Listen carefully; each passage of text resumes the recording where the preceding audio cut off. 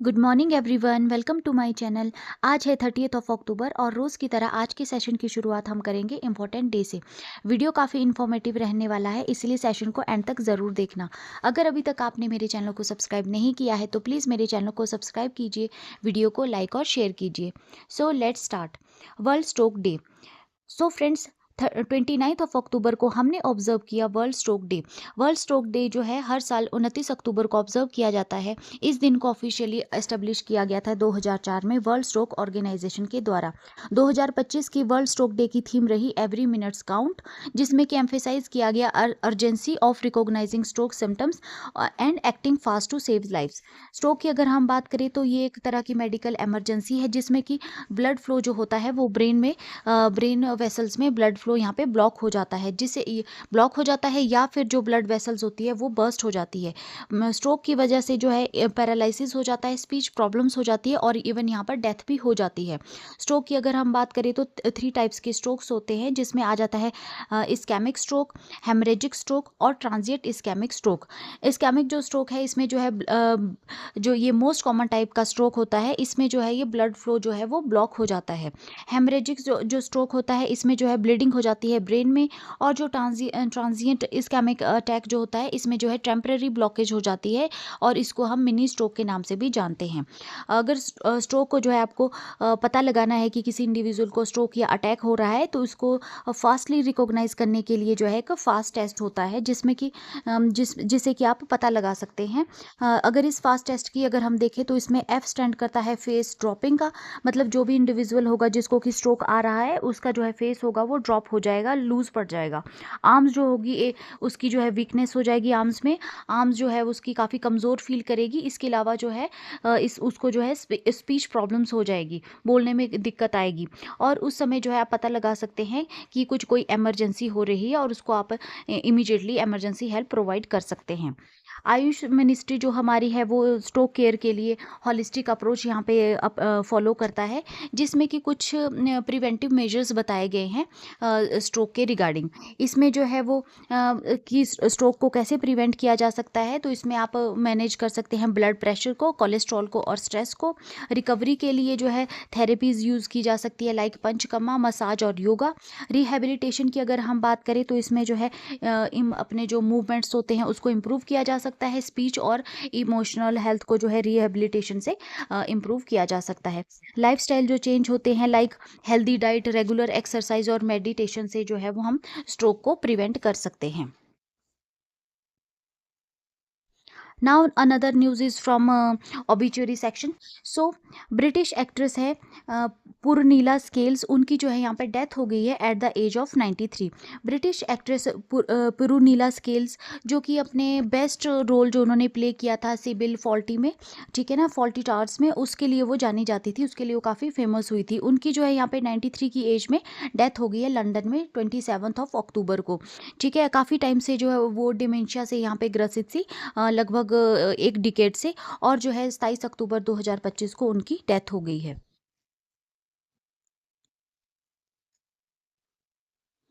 Now another news is from Mumbai climate week. तो India जो है यहाँ पे first ever global Mumbai climate week जो है वो ऑर्गेनाइज करेगा फरवरी 2026 में। इंडिया जो है अपना first ever global climate event है मुंबई क्लाइमेट वीक, इसको जो है फरवरी 2026 में जो है वो यहाँ पे लॉन्च करेगा, जो कि एक मेजर माइलस्टोन रहेगा इंडिया की जो global south climate action plan है, ग्लोबल साउथ को इसमें यूनाइट करने के लिए। ये अनाउंसमेंट जो है ये की गई है महाराष्ट्र के चीफ मिनिस्टर देवेंद्र फडणवीस के द्वारा, जिसमें कि उन्होंने यहाँ पर एम्फेसाइज किया है प्रैक्टिकल कोलैबोरेटिव सॉल्यूशंस को टू क्लाइमेट चेंज के लिए। ठीक है, महाराष्ट्र के जो चीफ मिनिस्टर रहे हैं देवेंद्र फडणवीस जी, उन्होंने जो है यहाँ पे अनाउंस किया है कि फरवरी 2026 में जो है इंडिया जो है मुंबई क्लाइमेट वीक को ऑर्गेनाइज करेगा, जिसमें कि जो डेवलपिंग नेशंस है जिनको कि ग्लोबल साउथ के नाम से जाना जाता है, उनको यहाँ पे यूनाइट किया जाएगा क्लाइमेट एक्शंस के लिए। ठीक है, इस जो मुंबई क्लाइमेट जो वीक ऑर्गेनाइज किया जाएगा, इसका पर्पस रहेगा जो भी ग्लोबल लेवल पे जो क्लाइमेट एक्सपर्ट्स हैं, पॉलिसी मेकर्स हैं और इनोवेटर्स हैं, ओवर जो 30 कंट्रीज रहेगी, स्पेशली जो ग्लोबल साउथ हमारी कंट्रीज है, डेवलपिंग नेशंस है, उनको जो है यहाँ पे जो है वो साथ में लाया जाएगा और यहाँ पे जो है प्रैक्टिकल क्लाइमेट एक्शन प्लान के ऊपर जो है यहाँ पे बातचीत की जाएगी। फॉर्मेट जो रहेगा इसमें जो है सिटीजन लेड प्लेटफॉर्म जो है इसका रहेगा, जिसमें कि इन्वॉल्व किया जाएगा सिटी लीडर्स को एंड जो स्टेट चीफ मिनिस्टर्स होंगे, सिविल सोसाइटी ऑर्गेनाइजर्स को, कॉर्पोरेट और क्लाइमेट एंटरप्रेन्योर्स को, और स्टूडेंट्स और यूथ लीडर्स भी जो है यहाँ पे जो है वो इन्वॉल्व रहेंगे। फोकस एरिया जो इस क्लाइमेट वीक का रहेगा वो रहेगा अर्बन रिसाइलेंस और ग्रीन इंफ्रास्ट्रक्चर्स के ऊपर, रीन्यूएबल एनर्जी और क्लीन मोबिलिटी के ऊपर, क्लाइमेट फाइनेंस और पॉलिसी इनोवेशन जो है यहाँ पे फोकस एरिया रहेगा। इसके अलावा कम्युनिटी लेड सस्टेनेबिलिटी एफर्ट्स को भी जो है यहाँ पे फोकस किया जाएगा। इम्पोर्टेंस अगर हम इस क्लाइमेट एक्शन वीक की देखें तो ये इंडिया का पहला इस तरह का कोई इवेंट है जिसमें कि जो है वो जो कि ग्लास रूट ड्रिवन जो एरियाज रहेंगे उनके ऊपर यहाँ पे फोकस रखा जाएगा। ठीक है, ग्लोबल साउथ लीडर्स की अगर हम बात करें तो इसमें जो है डेवलपिंग जो नेशन रहेंगे उनको जो है यहाँ पे रीशेप करने के लिए जो है वो पॉलिसीज़ यहाँ पे बनाई जाएगी। यूथ और इनोवेशन सेंट्रिक जो है ये इवेंट रहने वाला है, जिसमें कि नेक्स्ट जनरेशन क्लाइमेट लीडर्स और जो लोकल सॉल्यूशंस है उनको जो है यहाँ पे प्रमोट किया जाएगा।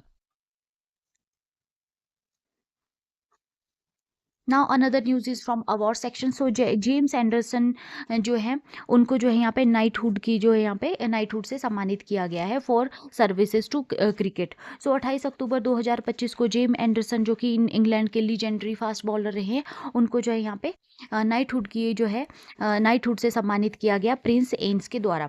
ये जो ऑनर है उनको जो है इंग्लैंड के जो फॉर्मर जो प्राइम मिनिस्टर रहे थे ऋषि सुनक जी, उनकी रेजिग्नेशन ऑनर्स लिस्ट में जो है ये अनाउंस किया गया था। एंडरसन को जो है ये अवार्ड दिया जा रहा है उनके आउटस्टैंडिंग 21 ईयर्स का जो उनका क्रिकेट का कैरियर रहा है 2003 से लेकर 2024 तक, इसके लिए उनको सम्मानित किया जा रहा है। एंडरसन की अगर हम बात करें तो इंग्लैंड के वो टॉप विकेट टेकर रहे हैं टेस्ट मैच में। उन्होंने जो है वो 704 विकेट्स लिए हैं टेस्ट में। इसके अलावा जो है वर्ल्ड के वो मोस्ट सक्सेसफुल फास्ट बॉलर भी रहे हैं और थर्ड ओवर और टेस्ट विकेट टेकर रहे हैं वो मुथैया मुरलीधरन, जिन्होंने कि 800 विकेट लिए हैं, वॉन जिन्होंने कि 708 विकेट लिए हैं। उसके बाद आ जाते हैं जेम्स एंडरसन जिन्होंने कि 704 विकेट्स लिए हैं। ओडीआई में अगर उनकी बात करें तो उन्होंने 269 विकेट्स लिए हैं, जो कि इंग्लैंड में किसी भी बॉलर के द्वारा सबसे ज़्यादा विकेट लिए गए हैं।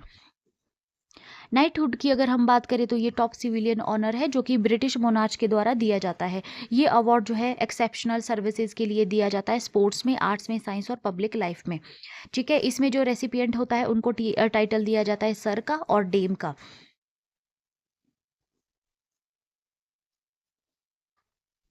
Now another news is from Uttar Pradesh. So Uttar Pradesh को जो है यहाँ पे अपनी 76th डिस्ट्रिक्ट यहाँ पे मिल गई है। तो उत्तर प्रदेश में जो है 76th डिस्ट्रिक्ट जो है वो क्रिएट कर दी गई है, जिसका नाम रखा गया है कल्याण सिंह नगर।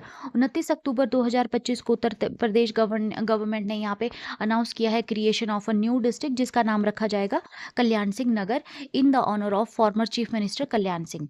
जो न्यू डिस्ट्रिक्ट होगी इसको बनाया जाएगा कंबाइन करके 3 तहसील को। ये जो 3 तहसीलें इसमें आ जाती है अतरौली अलीगढ़ और गंगगिरी अलीगढ़ और दिभाई बुलंदशहर डिस्ट्रिक्ट इसमें कंबाइन की जाएगी। ये जो एरिया है ये कल्याण सिंह की जो पॉलिटिकल बेस रहा है, ठीक है, उसको जो है यहाँ पे इम्प्रूव करने के लिए इसको यहाँ पे रिकॉग्नाइज किया गया है। कल्याण सिंह की अगर हम बात करें तो वो उत्तर प्रदेश के 2 बार जो है वो चीफ मिनिस्टर रह चुके हैं। फर्स्ट जो उनका टेन्योर था वो था 91 से लेकर 92 और सेकंड टेन्योर उनका रहा 1997 से लेकर 1999। उनको जो है यहाँ पे जो है वो उन्होंने जो है मेजर रोल प्ले किया था राम जन्मभूमि जो मूवमेंट रहा, उसमें उनका कंट्रीब्यूशन यहाँ पे काफ़ी माना जाता है। वो जो जाने जाते हैं अपने स्ट्रॉन्ग लीडरशिप के लिए और डेवलपमेंट फोकस जो उनका गवर्नेंस में जो उनका रहा उसके लिए वो यहाँ पे अप्रिशिएट किए जाते हैं। उन्होंने जो है अतरौली जो सीट थी उसको जो है काफ़ी टाइम यहाँ पे रिप्रेजेंट किया है और वो अपने बैकवर्ड और मार्जिनाइज कम्युनिटीज़ में काफ़ी ज़्यादा रिस्पेक्टेड रहे हैं। न्यू डिस्ट्रिक्ट क्रिएट करने का जो यहाँ पे रीज़न रहा है वो रहा है इम्प्रूव करना एडमिनिस्ट्रेशन को और सर्विस डिलीवरी को उस एरिया में। इसके अलावा जो है ये मार्क करता है गवर्नेंस को जो है यहाँ पे एफिशिएंट और रिस्पॉन्सिव बनाना। इसके अलावा जो है ऑनर किया जा रहा है यहाँ पे कल्याण सिंह की जो लीगेसी और कंट्रीब्यूशन है, और यहाँ पे जो है अंडर डेवलप जो एरियाज है उनको जो है यहाँ पे सपोर्ट किया जाएगा through development. Now another news is from top 10 जो मोस्ट वैल्यूएबल कंपनीज है वर्ल्ड की, उनकी जो यहाँ पे लिस्ट जारी की गई है। So despite global challenges, tech जो जियांट है वो जो है अपने जो है डोमिनेंस को यहाँ पे कंटिन्यू रख रहे हैं मार्केट में। तो यूएस की जो 3 कंपनीज है उन्होंने यहाँ पे क्रॉस कर लिया है $4 ट्रिलियन को, ठीक है। इसमें जो टॉप 3 कंपनी जो रही है वो रही है एनविडिया, माइक्रोसॉफ्ट और एप्पल। एनविडिया की अगर हम बात करें तो ये एक यूएस बेस्ड कंपनी है और इसकी जो मार्केट कैप रही है वो रही है $4.894 ट्रिलियन। सेकंड नंबर पर आ जाती है माइक्रोसॉफ्ट जो कि एक यूएस बेस्ड कंपनी है और इसकी जो मार्केट कैप रही वो रही $4.029 ट्रिलियन। और थर्ड नंबर पर जो है वो एप्पल कंपनी आ जाती है जिसकी की मार्केट कैप रही $3.992 ट्रिलियन, ठीक है। एनविडिया की अगर हम बात करें तो ये जो है फर्स्ट कंपनी है अभी जो है फर्स्ट कंपनी एवर है जिसने कि क्रॉस किया है $4 ट्रिलियन को, और इसको जो लीड कर रहे हैं इसके सीईओ जेनसन होंग है। माइक्रोसॉफ्ट ने जो है ये माइलस्टोन जो है हिट किया जुलाई 2025 में। एप्पल ने जो है इसको ज्वाइन किया है अक्टूबर 2025 में, जो कि बूस्ट हुआ है आईफोन 17 के लॉन्च के बाद। एप्पल जो है एप्पल के शेयर्स में जो है अगर हम देखें तो लास्ट 3 मंथ्स में 25% का यहाँ पे उछाल आया है, और जो माइक्रोसॉफ्ट है उसको जो है यहाँ पे 6% का लास्ट 3 मंथ में यहाँ पे इंक्रीज रहा है। Other take firm like Google, Meta, Amazon और टेस्ला ये भी जो है यहाँ पे स्ट्रॉन्ग कंटेंटर रहे हैं। टेस्ला जो है यहाँ पे 10th नंबर पर आया है। इसके अलावा जो है मेटा की अगर हम बात करें तो 6 नंबर पर, और अमेजन जो है वो 5th नंबर पर यहाँ पे रहा है। इंडिया की मोस्ट वैल्यूएबल कंपनी रही है यहाँ पे रिलायंस इंडस्ट्रीज लिमिटेड, जिसकी की ग्लोबल रैंक रही है 69th, और मार्केट कैप रही है $230.69 बिलियन, ठीक है। 2024 में जो है इंडिया की जो कंपनी है रिलायंस इंडस्ट्रीज लिमिटेड, इसकी पोजीशन रही थी 46th, जो कि इस बार जो है वो ड्रॉप हुई है ड्यू टू मार्केट वॉलेटिलिटी और लोअर ऑयल मार्जिन की वजह से। Now another news is from cybercrime convention. So friends, 72 nations ने यहाँ पे historic UN cyber crime convention को साइन किया है हनोई में। 29 अक्टूबर 2025 को 72 कंट्रीज ने यहाँ पे एक historic global treaty Hanoi Vietnam में साइन की है to fight cyber crime together. तो ये अपनी तरह की first ever world wide agreement है जिसमें कि फोकस किया जाएगा साइबर क्राइम थ्रेट्स के ऊपर, लाइक हैकिंग, स्कैम्स और ऑनलाइन अब्यूज़ के ऊपर। इसकी इंपॉर्टेंस की अगर हम बात करें तो अभी तक जो जितने भी यहाँ पे जो साइबर क्राइम के लिए जो भी यहाँ पे साइबर क्राइम्स के लिए जितनी भी यहाँ पे ट्रीटीज़ थी वो डिफरेंट डिफरेंट जो लॉज थे वो अलग अलग कंट्री के डिफरेंट डिफरेंट लॉज ही यहाँ पर थे। लेकिन जो ये इस बार का जो क्रिमिनल लॉ जो बनाया गया है इसमें जो है ग्लोबल जो कंट्रीज है यहाँ पर साथ में आकर इन्होंने जो है मिलकर जो है एक ट्रीटी बनाई है, ठीक है। ये जो ट्रीटी रही है एक तरह का शेयर्ड रूल बुक रहेगी, ठीक है ना, जिसमें कि कंट्रीज जो होंगी वो एक दूसरे की हेल्प करेगी फास्टर, और शेयर करेगी अपना जो एविडेंस होंगे क्विकली। और इसके अलावा जो है यहाँ पे ट्रेन किया जाएगा पुलिस और एक्सपर्ट्स को, और जो है लोगों को यहाँ पे ऑनलाइन फ्रॉड से यहाँ पे प्रोटेक्ट किया जाएगा। इस ट्रीटी का जो फोकस एरिया रहेगा वो 3 एरियाज इसके मेन रहेंगे, जिसमें कि आ जाता है cyber dependent crimes, cyber enable crimes और चाइल्ड एक्सप्लॉयटेशन जो कि ऑनलाइन होती है। साइबर डिपेंडेंट क्राइम्स की अगर हम बात करें तो इसमें आ जाते हैं हैकिंग इनटू सिस्टम, जो कि सिस्टम्स को जो जिसमें कि हैक कर लिया जाता है, मैसेजिंग विद डाटा और नेटवर्क्स, मैसिंग विद डाटा और नेटवर्क्स, ठीक है। और साइबर एनेबल क्राइम्स में आ जाते हैं ऑनलाइन स्कैम और फ्रॉड्स, और जिसमें कि शेयरिंग की जाती है प्राइवेट इमेजेस की without consent. Child exploitation online जो होती है उसमें जो है अब्यूज़ और ग्रूमिंग आ जाता है, और जो है वो यहाँ पे शेयरिंग चाइल्ड अब्यूज़ कंटेंट जो किया जाता है ये इसमें आ जाते हैं। ट्रीटी की अगर हम बात करें तो ये जो एक्टिव हो जाएगी 90 डेज़ के बाद, जब 40 कंट्रीज जो होंगी ऑफिशियली इसको अप्रूव कर देगी। 40 कंट्रीज जब इस ट्रीटी को जो है अप्रूव कर देगी उसके 90 डेज़ के बाद जो है ये ट्रीटी जो है वो एक्टिव हो जाएगी। स्पेशल ग्रुप जो इसके लिए रेगुलरली मिलते रहेंगे उसमें उसमें जो आ जाएगा ट्रेन कंट्रीज जिसमें कि कंट्रीज़ को ट्रेन किया जाएगा और प्रॉब्लम सॉल्विंग की जाएगी और जो है सिस्टम्स को इम्प्रूव किया जाएगा, ठीक है ना। इसको जो है मैनेज करेगा UN office on drug and crime, जो है इसको मैनेज करेगा। इसके अलावा जो ये बात करें हम, तो ये फर्स्ट ग्लोबल ट्रीटी रहेगी जिसको कि जस्ट सिर्फ साइबर क्राइम के लिए यहाँ पे बनाया गया है। इसमें इंक्लूड किए जाएंगे डेवलपिंग कंट्रीज़ को, ठीक है ना, जो कि ओल्डर जितने भी एग्रीमेंट हुए उससे जो लेफ्ट आउट रह गई थी वो कंट्रीज़ इसमें इंक्लूड की जाएगी।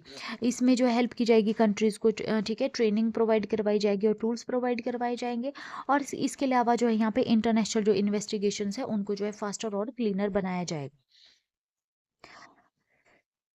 Once enough countries ratify the treaty, जो है ये ट्रीटी जो उसके बाद लॉ में कन्वर्ट हो जाएगी और कंट्री जो है यहाँ पे साथ में काम करना स्टार्ट कर देगी, और जो साइबर क्रिमिनल्स जो हैं उनको जो है यहाँ पे टाइमली जो है वो उनके अगेंस्ट जो है यहाँ पे वर्क स्टार्ट हो जाएगा। Now another news is regarding calibre. So what is calibre? Calibre की अगर हम बात करें तो ये स्टैंड करता है centre for artificial learning and intelligence for biological research and education. ठीक है, तो ये एक नई तरह का रिसर्च सेंटर है जिसको कि क्रिएट किया गया है बेंगलुरु में, और इसको क्रिएट किया गया है आर्टिफिशियल इंटेलिजेंस का यूज़ करना बायोलॉजी में, जो कि हेल्प करेगा साइंटिस्ट को सॉल्व करने में प्रॉब्लम्स हेल्थ में, एग्रीकल्चर में और इन्वायरमेंटल रिलेटेड इश्यूज़ में। ठीक है, तो किसने इसको स्टार्ट किया है? इसको जो है स्टार्ट किया गया है टू साइंस जो इंस्टीट्यूट से, वो मिलकर इसको साथ में मिलकर स्टार्ट किया है।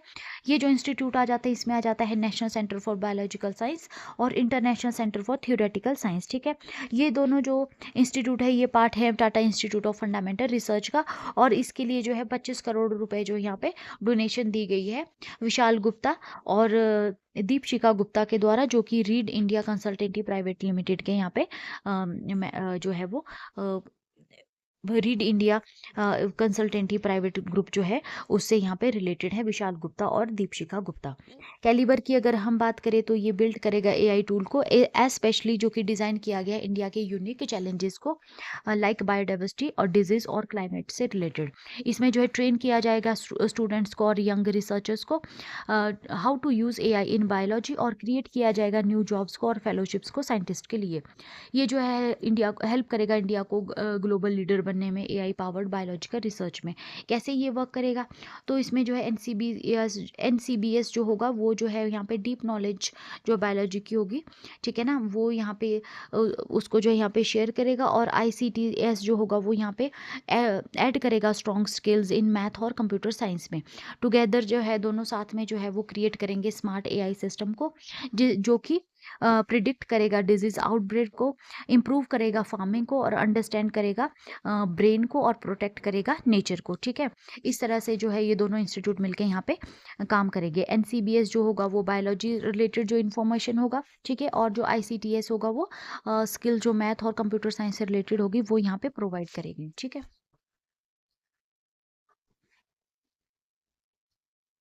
Now another news is from maritime week. So friends, national maritime heritage complex logo को जो है यहाँ पे लॉन्च कर दिया गया है इंडिया मैरीटाइम वीक के दौरान। सो 28 अक्टूबर 2025 को जो है इंडिया ने लॉन्च किया official logo for the national maritime heritage complex during India maritime week in Mumbai. ये this marks a big step in celebrating and preserving India's 5000 year old maritime history.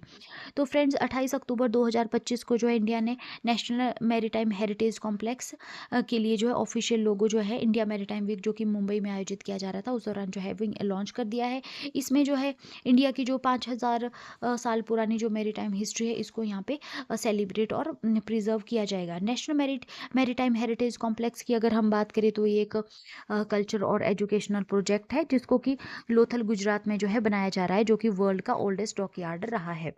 ये जो है यहाँ पर जो है वो लोग होंगे जो यहाँ पे लर्न करेंगे इंडिया के एंशियंट सी ट्रेड के बारे में, शिप बिल्डिंग और नेवल ट्रेडिशन के बारे में। ठीक है ना, इसमें जो है इंक्लूड किया गया है म्यूजियम और एग्जीबिशंस को, जो कि शो करेगा इंडिया की जो मैरीटाइम जर्नी है। डिजिटल गैलरीज यहाँ पे बनाई जाएंगी इंटरेक्टिव लर्निंग के लिए। टूरिज्म जोन जो होंगे उसमें जो है पार्क्स होंगे और शोज़ किए जाएंगे, और रेप्लिकास जो है इसमें रहेंगी। स्पेसेस जो होंगे यहाँ पे मेराइन आर्कियोलॉजी के लिए और शिप बिल्डिंग के लिए भी यहाँ पे इस जो मैरीटाइम जो हेरिटेज कॉम्प्लेक्स बनाया जा रहा है इसमें अवेलेबल रहेंगे। इंपॉर्टेंस अगर हम इसकी देखें तो ये कनेक्ट करेगा इंडिया के पास्ट को फ्यूचर के साथ, ठीक है ना, मैरीटाइम इनोवेशन में। इसके अलावा जो है यहाँ पे लोगों को जो है एडुकेट किया जाएगा और टूरिस्ट को अट्रैक्ट किया जाएगा।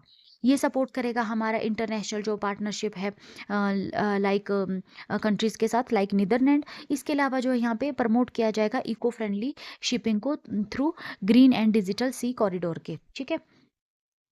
ग्लोबल कॉरपोरेशन की अगर हम बात करें तो यहाँ पे जो है एक मेमोरेंडम ऑफ अंडरस्टैंडिंग जो है साइन किया गया है इंडिया के द्वारा फॉर मैरीटाइम कोलैबोरेशन के लिए, और इसमें जो है वो ग्रीन और डिजिटल सी कॉरिडोर जो है यहाँ पे डेवलप किया जाएगा with the help of Netherlands, ठीक है। क्विक फैक्ट्स देख लेते हैं। तो ये जो इवेंट है ये इंडिया मैरीटाइम वीक है जो कि 28 अक्टूबर को, जिसमें कि ये लोगो लॉन्च किया गया। प्रोजेक्ट का नाम है नेशनल मैरीटाइम हेरिटेज कॉम्प्लेक्स, जिसकी लोकेशन रहेगी लोथल गुजरात। मिनिस्ट्री जो इसमें रहेगी वो रहेगी पोर्ट शिपिंग एंड वाटरवेज, और जो है इंटरनेशनल पार्टनर इसमें जो है वो नीदरलैंड रहेगा। यूनियन मिनिस्टर जो है पोर्ट शिपिंग और वाटरवेज के वो है हमारे सर्बानंद सोनोवाल जी।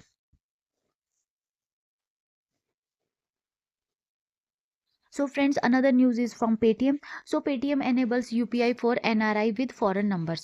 27 अक्टूबर 2025 को पेटीएम ने यहाँ पे एक गेम चेंजिंग जो है वो फीचर अनाउंस किया है, जिसमें कि 12 कंट्रीज जो होंगी उसके एनआरआई जो है यहाँ पे अब यूपीआई इंडिया में यूज़ कर सकेंगे with their international mobile number. No Indian SIM card is required. NRI जो कि अब जो है वो पेटीएम के थ्रू जो है मनी सेंड कर सकेंगे instantly to Indian UPI IDs और मोबाइल नंबर्स, ठीक है, और स्कैन कर पाएंगे और पे कर पाएंगे शॉप्स में across India using UPI OR codes. Online shopping वो इंडियन वेबसाइट से कर पाएंगे और जो है यहाँ पे अवॉइड कर सकेंगे फॉरेक्स कन्वर्जन फीस और रेमिटेंस चार्जेस को, ठीक है ना। इसके लिए उनको जो है ज़रूरत पड़ेगी वो पड़ेगी पेटीएम ऐप की, और जो है एनआरई और एनआरओ बैंक अकाउंट की, और जो उनका मोबाइल नंबर रहेगा इंटरनेशनल मोबाइल नंबर, वो जो है यहाँ पे उनकी रिक्वायरमेंट रहेगी। ये फीचर्स जो अवेलेबल किए गए हैं वो 12 जो कंट्रीज़ है उनके लिए अवेलेबल रहेंगे, जिसमें क्या जाता है United States, United Kingdom, UAE, Australia, Canada, Oman, Qatar, Saudi Arabia, Singapore, Hong Kong, Kuwait और बहरीन। इन कंट्रीज़ के लिए जो है ये फीचर्स यहाँ पे अवेलेबल रहेंगे, ठीक है। इसमें जो है वो सिंपली उनको जो है ऐप पेटीएम ऐप जो है डाउनलोड करेंगे, रजिस्टर करेंगे अपना इंटरनेशनल मोबाइल नंबर, लिंक करेंगे उसको एनआरई और एनआरओ बैंक अकाउंट के साथ, ठीक है ना, जिसको कि यूपीआई सपोर्ट करेगा, और वहाँ पे जो है ये स्टार्ट कर देंगे अपना यूपीआई को पे करने के लिए, मनी सेंड करने के लिए और शॉपिंग करने के लिए इंडिया में।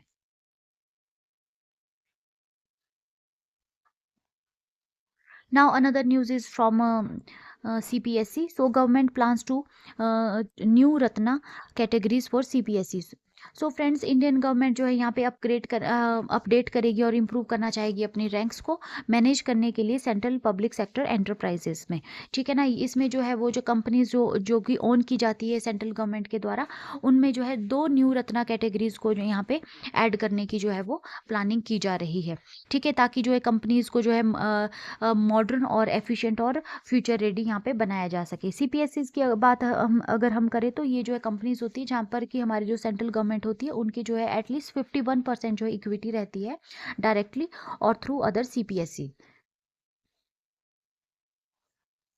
ये जो एंटरप्राइजेज रहती है ये रजिस्टर होती है अंडर द कंपनीज एक्ट 2013, और जो इसको जो है सेट या इनको जो है सेट किया जाता है बाय पार्लियामेंट्री एक्ट, ठीक है ना।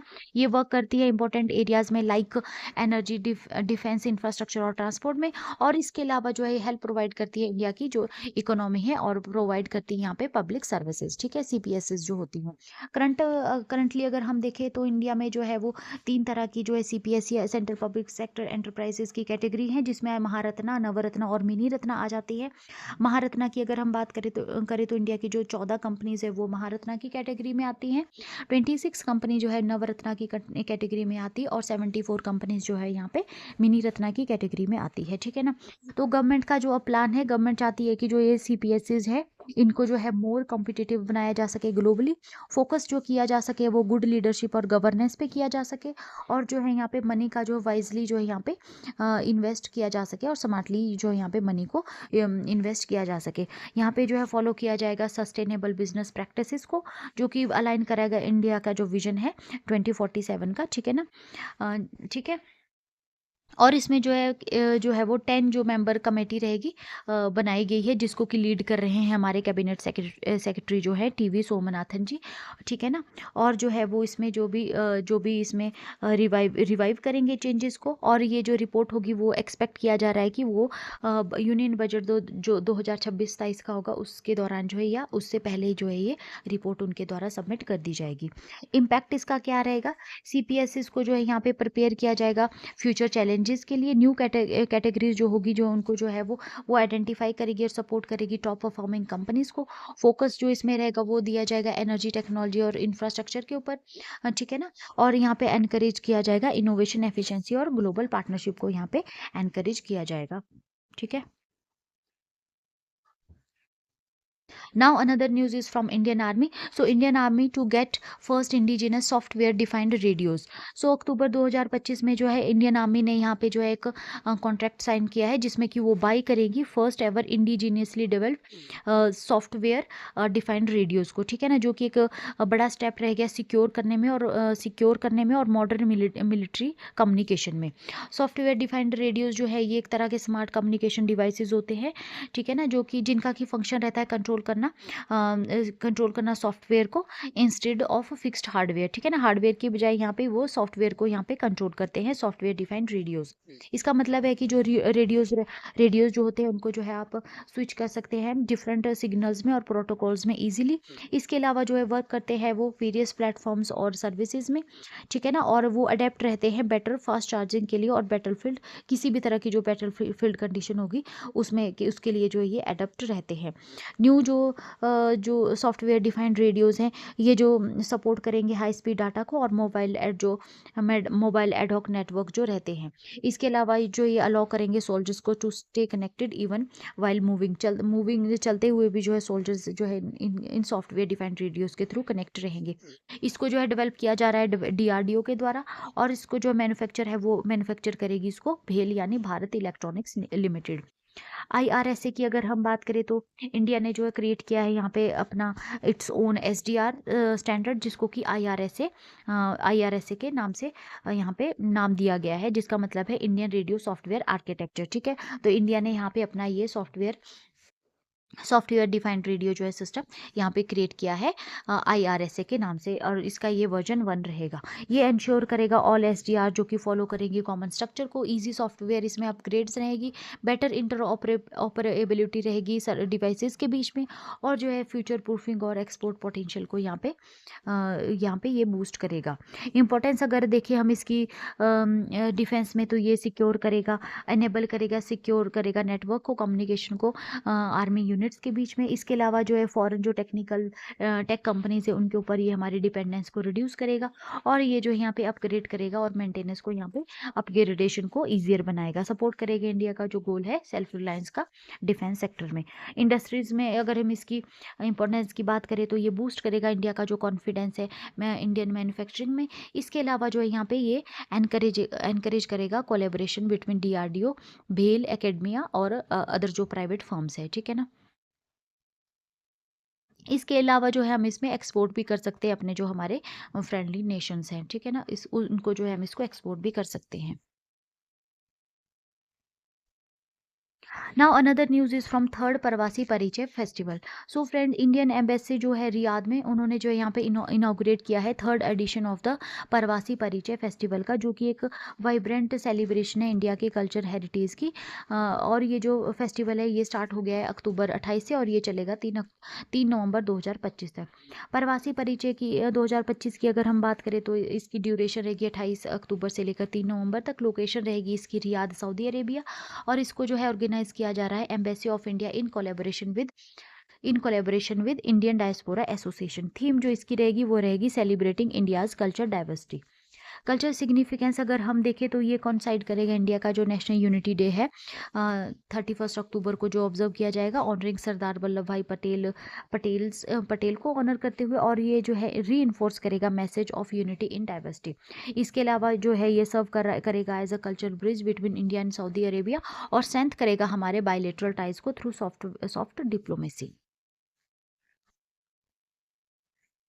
Now another news is from Cyprus. तो साइप्रस के जो फॉरेन अफेयर मिनिस्टर हैं कॉन्स्टेंटिनोस कॉम्बोस, वो जो है यहाँ पे 3 दिन की जो है इंडिया विजिट पर न्यू दिल्ली में पहुंच गए हैं। सो साइप्रस के जो फॉरेन मिनिस्टर है कॉन्स्टेंटिनोस कॉम्बोस, वो जो है 29 अक्टूबर से लेकर 31 अक्टूबर तक जो है वो इंडिया की विजिट पर रहेंगे, ठीक है ना। उसकी जो है इसमें जो है वो ट्रिब्यूट करेंगे महात्मा गांधी जी को, और इसके बाद जो मीटिंग करेंगे वो हमारे एक्सटर्नल अफेयर मिनिस्टर जी के साथ, और इसके अलावा इसके बाद जो है वो डिलीवर करेंगे 55th सापरू हाउस लेक्चर को। उनकी विजिट का अगर हम पर्पस देखें तो विजिट उनकी जो ये विजिट है ये मार्क करेगी उनकी जो ये फर्स्ट ऑफिशियल विजिट रहेगी इंडिया की एज अ फॉरेन मिनिस्टर। इसके अलावा जो यहाँ पे रिव्यू किया जाएगा प्रोग्रेस को इंडिया और साइप्रस की, जो कि इंडिया साइप्रस एक्शन प्लान जो है 2025 से लेकर 29 का, उसको जो है यहाँ पे रिव्यू किया जाएगा, और यहाँ पे जो स्ट्रेंथ किया जाएगा कॉम्प्रिहेंसिव पार्टनरशिप को बिटवीन टू नेशंस, ठीक है ना। साइप्रस की अगर हम बात करें तो ये कंसिस्टेंटली इंडिया को सपोर्ट करता रहा है इंटरनेशनल इश्यूज के ऊपर, जिसमें कि कश्मीर इशू आ जाता है, और ये जो है वो कंडेम करता है रिसेंट जो अटैक हुआ था इंडिया में पहलगाम में, ठीक है ना। सापरू हाउस लेक्चर की अगर हम बात करें तो ये एक सीरीज ऑफ लेक्चर्स है जो जिसमें कि प्रेस्टिजियस प्लेटफॉर्म जो होते हैं उसको जो है होस्ट किया जाता है Indian council of world affairs के द्वारा, जहाँ पर जो है ग्लोबल लीडर जो होते हैं अपने वो इंटरनेशनल रिलेशंस के ऊपर जो अपने विचारों को जो है यहाँ पे शेयर करते हैं। मिस्टर कॉम्बोज का जो लेक्चर है वो उसमें जो एक्सपेक्ट किया जा रहा है कि वो फोकस करेंगे इंडिया साइप्रस बायलेटरल टाइज को, रीजनल कोऑपरेशन को, और इसके अलावा शेयर्ड वैल्यूज जो होंगी पीस और डेमोक्रेसी, इसके ऊपर जो इनका लेक्चर जो है यहाँ पे सापरू हाउस लेक्चर एक्सपेक्ट किया जा रहा है। साइप्रस की अगर हम बात करें तो इसका ऑफिशियल नेम है रिपब्लिक ऑफ साइप्रस। ये यूरोप कॉन्टिनेंट में आ जाता है, ईस्टर्न मेडिटेरियन रीजन है ये, और इसकी कैपिटल जो है वो निकोसिया है। ऑफिशियल लैंग्वेज यहाँ की ग्रीक और टर्किश है। गवर्नमेंट यहाँ पे प्रेसिडेंशियल रिपब्लिक रहेगी, और जो यहाँ के प्रेसिडेंट है वो है निकोस क्रिस्टोडो ड्यूलिडिस, ठीक है, एज ऑफ 2025। फॉरेन मिनिस्टर यहाँ के कॉन्स्टेंटिनोस कॉम्बोज रहेंगे, और करेंसी यहाँ पे उनकी यूरो रहेगी, ठीक है।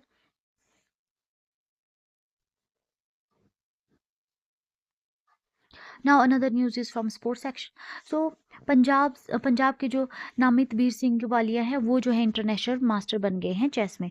सो नामित वीर सिंह वालिया फ्रॉम जलंधर पंजाब, उन्होंने जो यहाँ पे प्रेस्टिजियस टाइटल जो है यहाँ पे अर्न कर लिया है international master in chess after finishing 4th at 3rd एमनीज इंटरनेशनल मास्टर टूर्नामेंट में, जो कि खेला जा रहा था फ्रांस में, ठीक है। तो वो यहाँ पे जो है सेकंड प्लेयर बन गए हैं पंजाब में to achieve this milestone. Tournament जो रहा वो रहा 3rd एनिमाज इंटरनेशनल मास्टर टूर्नामेंट, जो कि फ्रांस में खेला जा रहा था, ठीक है ना। और उन्होंने जो यहाँ पे ओवरऑल जो है 4th पोजीशन सिक्योर की, ठीक है ना, और उनको जो है ये टाइटल दिया गया इंटरनेशनल मास्टर इन चेस, ठीक है। नामित वीर सिंह की अगर हम बात करें तो वो सेकेंड इंटरनेशनल मास्टर बन गए हैं।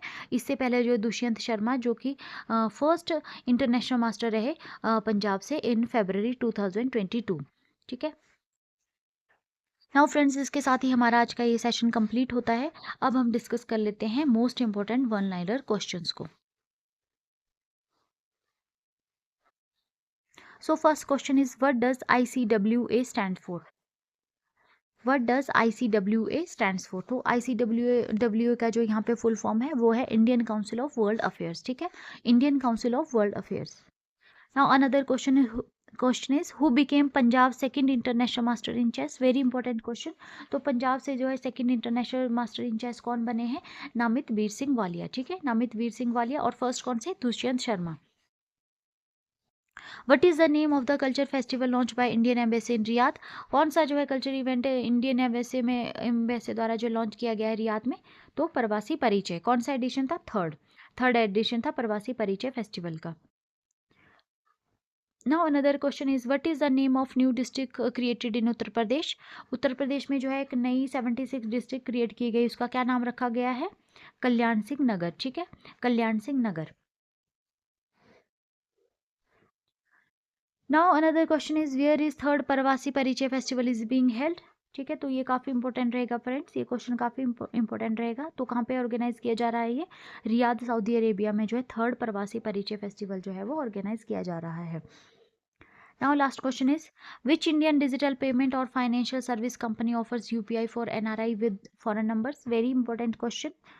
कौन सी इंडियन डिजिटल पेमेंट और फाइनेंशियल सर्विस कंपनी है जिसने कि यूपीआई ऑफर किया है एनआरआईज के लिए इंडिया में? तो वो आ जाएगी पेटीएम। ठीक है, Paytm, right answer is Paytm. So friends, इसके साथ ही आज का हमारा सेशन कंप्लीट होता है। अगर आपको मेरा सेशन पसंद आया तो प्लीज़ मेरी वीडियो को लाइक कीजिए और चैनल को शेयर और सब्सक्राइब कीजिए। Thank you so much. मिलते हैं नेक्स्ट वीडियो में।